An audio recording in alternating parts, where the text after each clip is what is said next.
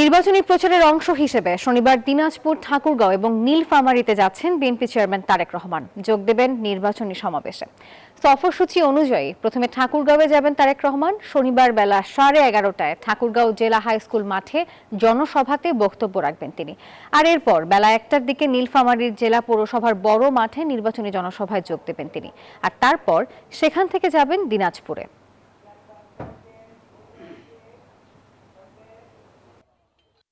আমাদের দল অঙ্গ সহযোগী সংগঠনের বাইরে সাধারণ মানুষের মধ্যে জনাব তারেক রহমানের প্রায় 19 বছর পরে এই এলাকায় যে ওনার আসা, এটা ওনাকে ব্যাপক আগ্রহ রয়েছে।